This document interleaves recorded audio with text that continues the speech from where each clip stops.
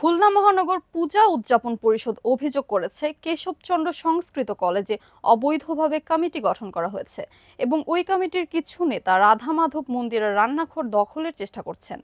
সংগঠনের উপদেষ্টা অধ্যাপক মাধবচন্দ্র রুদ্র লিখিত বক্তব্যে জানান, ওই রান্নাঘর থেকেই দুই মন্দিরের প্রসাদ প্রস্তুত হয়। দখল চেষ্টার প্রতিবাদে ইতিমধ্যে থানায় লিখিত অভিযোগ দেওয়া হয়েছে। মামুন হাসানের তথ্যচিত্রে বিস্তারিত।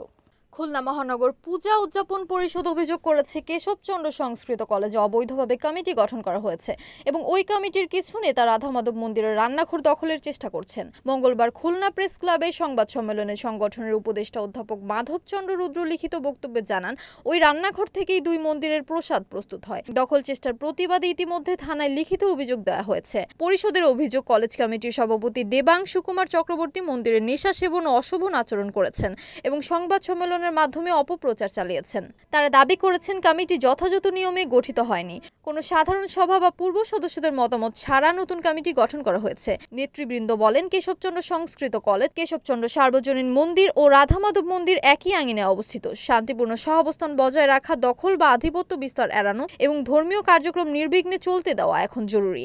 তারা আশা প্রকাশ করেন, তিন প্রতিষ্ঠান আগামী দিনে সহনশীলতা ও ঐক্যের সঙ্গে কার্যক্রম পরিচালনা করবে।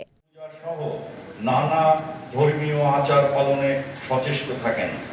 সমগ্র খুলনায় প্রায় 15 থেকে 20,000 নিরামিষ প্রসাদভোজী কৃষ্ণ ভক্ত রয়েছেন, যারা অনেকেই এই রাধা মাধব মন্দির থেকে প্রাপ্ত প্রসাদ নিত্য আহার হিসাবে গ্রহণ করেন। রান্নাঘরটি সরাতে পারলে এরা কিভাবে অবৈধভাবে গঠিত হলো এই কলেজ কমিটি, সে ব্যাপারে আপনাদের মনোযোগ আকর্ষণ করছি। বিধান রয়েছে, কলেজের কমিটি গঠন করতে হলে একটি সাধারণ সভা আহ্বান করতে হয়। পূর্বের সকল সদস্যদের উপস্থিতি ও কারো স্বাক্ষর ব্যতীত কিভাবে কমিটি বিলুপ্ত করা হলো এবং কিভাবে তথাকথিত নতুন কমিটি গঠিত হলো, বিষয়টি সকলের মতো আমরাও জানতে চাই। যদি সঠিকভাবে এই কমিটি গঠিত না হয়ে থাকে, তবে আমরা মনে করি এই কমিটি অবৈধ। সভা ও অন্যান্য সদস্যদের মতামত ছাড়াই কিভাবে একটি কলেজ কমিটি গঠিত হতে পারে, এটা আমাদের প্রশ্ন।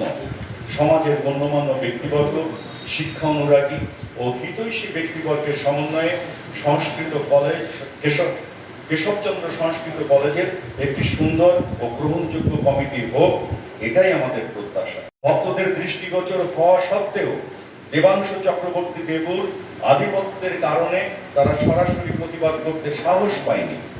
উপরন্তু দেবাংশু চক্রবর্তী দেবু যখন কেশবচন্দ্র সার্বজনীন মন্দির ও রাধা মাধব মন্দিরের পূজার প্রসাদ প্রস্তুত হয়, তখন সে প্রসাদ প্রস্তুতকারীদের বিদ্রুপের সাথে বলে, তোমরা কি কোন রাজনৈতিক দলের মিথ্যা ট্যাগ লাগানোর উদ্দেশ্যে প্রণীত।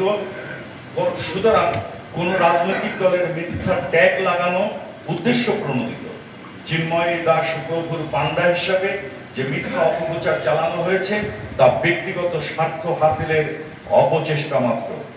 কেননা সনাতনী জাগরণ মঞ্চ নামে চিন্ময় দাস প্রভুর একটি সংগঠন রয়েছে। খুলনা মহানগর পূজা কমিটির কোনো সদস্যই ওই সংগঠনের সদস্য নন। কাজেই এটা তাদের মিথ্যা, বানোয়াট এবং ব্যক্তি স্বার্থ চরিতার্থ করার অপপ্রয়াস। এছাড়াও ওই দিন সংবাদ সম্মেলনে রাধা মাধব মন্দিরের সেবায়েতদের ইসকন সদস্য হিসেবে চিহ্নিত। খুলনা প্রতিনিধি মামুন হাসান, NAN টিভি।